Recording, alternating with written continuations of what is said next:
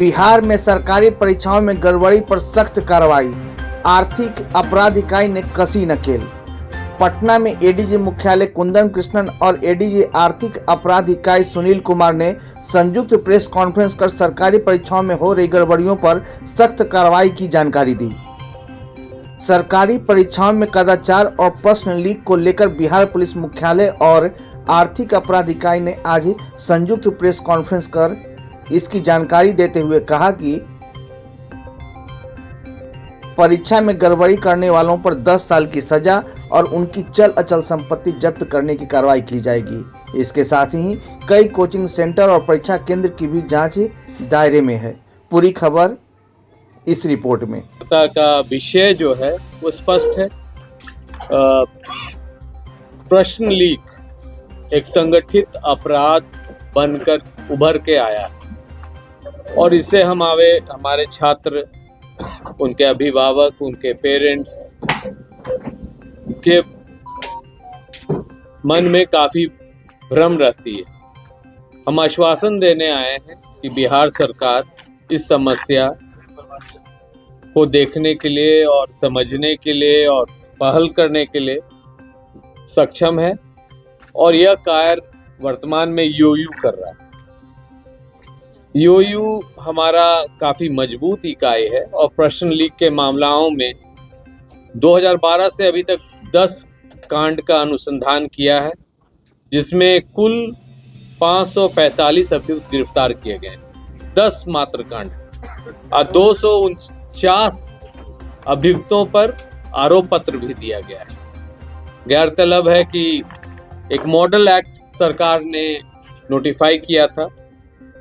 उस model act के तहत बिहार लोक परीक्षा अनुसूचित साधारण निवारण अधिनियम 2024 बिहार में लागू है और सीएचओ एग्जाम जो अभी हुई थी, जिसमें कंप्यूटर सर्वर सब कॉम्प्रोमाइज हुआ था, उस एग्जाम के अभियुक्तों पर यह धारा लागू किया जाता है।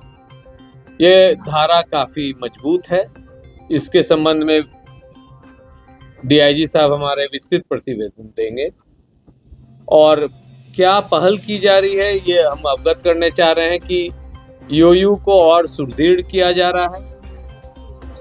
यूयू अब सभी डिपार्टमेंट्स जो परीक्षा लेती है बिहार सरकार के तरफ से, उनको कंसल्टेंसी सर्विसेज भी प्रोवाइड कर रही है, क्योंकि अब कंप्यूटर बेस्ड एग्जाम्स होने लगे हैं। वो भी कॉम्प्रोमाइज हुआ है। उसमें क्या लैकुना है, क्या खामी है, वो भी हम कोशिश कर रहे हैं कि वहां तक पहुंच जाएं, ताकि जो भी संस्था चलाता है, प्राइवेट संस्था, उनका भी हम लोग पहले से जांच करेंगे, कंप्यूटर्स भी, उनके एग्जामिनेशन सेंटर्स भी, ताकि दोबारा ये सब हो नहीं पाए। जहां की कानूनी कार्रवाई के संबंध में है, डाटा बैंक बनाया जा रहा है। पिछले 10-12 साल में बिहार राज्य में पड़ोस राज्यों में जो भी संगठित ऐसे गिरोह हैं, उनकी पूरी हुलिया ली जा रही है। फिर से मैं बताना चाहता हूं कि 2005 से पीएमएलए एक्ट लागू है। तो ये संगठित, जैसे कि सर ने प्रारंभ में बताया है कि बिहार पुलिस पूरी तरह से प्रतिबद्ध है ये जो संगठित गिरोहों के द्वारा के मामले हो रहे हैं, और बिहार पुलिस में आर्थिक अपराध इकाई है, बिहार पुलिस की तरफ से नोडल इकाई है जो सभी कांडों को और मामलों को, सूचना और आसूचनाओं को डील करती है। 24/7 घंटे कार्यरत है समर्पित, जो कि पेट्रोलिंग के अतिरिक्त ऐसे मामलों की साइबर पेट्रोलिंग भी करता है और सूचना और आसूचनाओं का संकलन करता है। उसके बाद ये जो गिरोह हैं, इनके जो प्रमुख सरगना हैं, इनको आर्थिक रूप से चोट पहुंचाने के लिए भी हम लोगों ने कार्रवाई किया है। अभी जैसे आप अवगत होंगे, जो संजीव मुखिया है, जो कि प्रमुख सरगना रहा है नीट में भी और सीएसपीसी में भी और बीपीएससी में भी, उसके ऊपर डीए का केस किया गया है और उसी डीए की केस की वजह से जो लगभग 6 महीने से उसके ऊपर नो कर्सिव स्टेप लगा हुआ था, दंडात्मक कार्रवाई पर रोक लगी हुई थी। हम लोगों ने सारा एविडेंस प्रस्तुत किया कोर्ट में और अब वो कार्रवाई, जो दंडात्मक कार्रवाई पर रोक लगी हुई थी, उसको खत्म किया गया है। से जो ऑनलाइन परीक्षा केंद्र हैं, 2 जगह से पंजीकृत होते हैं। कुछ परीक्षा केंद्र एज कंपनीज पंजीकृत होते हैं मिनिस्ट्री ऑफ कॉर्पोरेट अफेयर्स से। तो हम लोगों ने जो रजिस्ट्रार ऑफ कंपनीज है उसके कार्यालय को हम लोगों ने पत्र लिखा है। 3 कंपनियों के अभी तक हम लोगों को डिटेल्स मिले हैं, लेकिन जो अधिकांश ऑनलाइन एग्जामिनेशन सेंटर्स, इसी क्रम में हमको पता चला कि उनको मात्र जो जीएसटी अथॉरिटीज़ हैं वहीं से ही जीएसटी नंबर लेके पंजीकृत किया जाता है। तो हम लोगों ने स्टेट जीएसटी कार्यालय को और सेंट्रल जीएसटी कार्यालय को भी, क्योंकि दोनों जगह पे है, हम लोगों ने पत्र लिखा है कि कितने ऑनलाइन एग्जामिनेशन सेंटर्स, इसको आधिकारिक रूप से कंप्यूटर बेस्ड टेस्ट सेंटर्स बोलते हैं, आपके पास रजिस्टर्ड है। उसकी सूची हम लोग मंगवा रहे हैं और संपूर्ण बिहार राज्य का एक हम डेटाबेस तैयार करेंगे। किसी ने शेल कंपनी बनाया है उसकी भी जांच की जाएगी। होता है कि किसी आदमी को खड़ा करके कोई सेंटर खोल लेता है, तो ये भागीदारी होंगी सेम सजा के, बिकॉज ये क्रिमिनल कॉन्स्पिरेसी के पार्ट। तो जितने टेस्ट सेंटर्स हैं, हमारा पहला काम है उनको वेट करना, हम करेंगे। ये मामले आर्थिक अपराध इकाई के द्वारा किए गए थे, जिसमें से 545 टोटल अभियुक्त थे, जिनमें से 250 के ऊपर हम लोग आरोप पत्र कर चुके हैं। जो ज़्यादातर आपको मालूम होगा कि बीपीएससी में हम लोगों ने अराउंड 280 लोग उसमें अभियुक्त थे।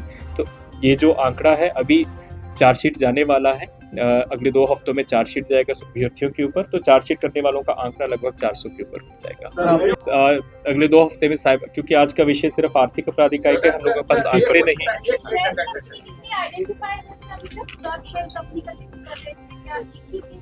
अभी तक तो जो हमारा जो सेंट्रल सिलेक्शन बोर्ड कांस्टेबल्स वाला एग्जाम लीक हुआ था, तो उसका जो कैलटेक्स प्राइवेट मल्टीवेंचर्स प्राइवेट लिमिटेड थी, एक शेल कंपनी थी, वो आइडेंटिफाई हुई। इनफैक्ट जब हम लोगों ने उस केस का अनुसंधान किया था, तब हम लोगों को इस अपराध शैली का पता चला था कि बहुत सी कंपनीज जो पूर्व में ब्लैक लिस्टेड हैं बाकी जगह पे, जिनके ऊपर आरोप लगे हैं परीक्षा लीक के, तो वो इसी तरह से शेल कंपनीज बना के काम कर रही हैं। उसके बाद ही हम लोगों ने डेटाबेस बनाना तैयार किया है। और अभी हम लोग, जैसे आपको बताया कि आजकल ज़्यादातर exam computer based test model में चले गए हैं, तो उसी का डेटाबेस हम लोग बना रहे हैं। एक बार ही हम लोगों के पास पता चल जाएगा कि कितने ऑनलाइन सीबीटी बिहार में पंजीकृत हैं, उसके बाद जो जीएसटी की अथॉरिटीज़ हैं और एमसीए हैं, मिनिस्ट्री ऑफ कॉर्पोरेट अफेयर्स, वहाँ से विवरणी प्राप्त करके हम लोग पता करेंगे कि उसमें कितने ऐसे डायरेक्टर्स हैं जो पहले जिनकी कंपनियां ब्लैक लिस्टेड हुई हैं, और उसी के आधार पर जो उनका फाइनेंशियल ट्रेल देके हम लोग उनको शेल कंपनीज के रूप में आइडेंटिफाई करेंगे। जी। जैसे आप जानते हैं कि पहले काफ़ी देर तक नो कर्सिव स्टेप लगा हुआ था। उसके बाद हम लोगों ने जो डीए का केस किया था, डीए के केस पे फिर हम लोगों ने सारे जो तथ्य थे प्रस्तुत किए, कोर्ट के सामने प्रस्तुत किए। तो नवंबर के लास्ट वीक में ही ये नो कर्सिव स्टेप हटा है, और अब हम लोग वारंट और उसका कुर्की का कार्रवाई कर रहे हैं। अब उसकी गिरफ्तारी पर कोई रोक नहीं है, और समानांतर रूप से हम लोगों ने एक समर्पित टीम भी बनाया उसको गिरफ्तार करने। दोनों केस में 2 अलग अलग प्रावधान। सबसे पहले कि जो नया कानून जो बना, नए कानून में जो अतिरिक्त व्यवस्था की गई है कि जो एजेंसियां हैं, जो जैसे कि जैसे इस वाले में देखिए एग्जाम सेंटर्स है, जो प्राइवेट संस्थान है, जो परीक्षा कंडक्ट करने वाली एजेंसियां हैं, जब भी कोई परीक्षा होती है, कंप्यूटर सप्लाई, जितने भी जब भी परीक्षा होती है तो किसी न किसी एजेंसी को आउटसोर्स किया जाता है इस काम को। तो नए वाले कानून में ये प्रावधान है कि जब भी इन एजेंसियों की संलिप्तता भी प्रकाश में आती है, तो इनकी भी चल अचल संपत्ति उसका ब्यौरा देख के आप उनके ऊपर अधिहरण की कार्रवाई कर सकते हैं कोर्ट के माध्यम से। जैसे संस्थागत अपराधों को डिफाइन किया गया है, परीक्षा से जुड़े हुए अपराध संस्थागत अपराधों में माने गए। तो जैसा आप अभी कह रहे थे कि बहुत सारे लोग जो इस अपराध में थे और उन्होंने एक माध्यम बना लिया है, एक कवर का इस्तेमाल किया है, उन सबको जो केसेस अभी अनुसंधान में आ रहे हैं, इसमें अगर ये साक्ष्य प्राप्त हो जाते हमको, तो आगे आने वाले सभी केसेस के लिए वो एक संस्थागत अपराध, जैसे पहले हम गैंग पंजी खोलते थे, उस तरह परीक्षा के लिए हम एक संस्थागत अपराध का एक गैंग पंजी खोलेंगे, और केवल उसका सदस्य होना ही काफी है सजा होने के लिए। हम ये प्रूफ कर पाए बैक एंड से फोर एंड तक कि इन केसेस में इनका कहीं ना कहीं, चाहे पेपर के कन्वेंस के दौरान, पेपर की छपाई के दौरान, चाहे उसको फिनांस करने के दौरान, चाहे कंपनी फॉर्म करने के दौरान, किसी भी स्ट्रक्चर में वो कहीं भी शामिल हो उस कड़ी में, तो संस्थागत अपराध के पार्ट माने। जैसा सर ने बताया कि नोडल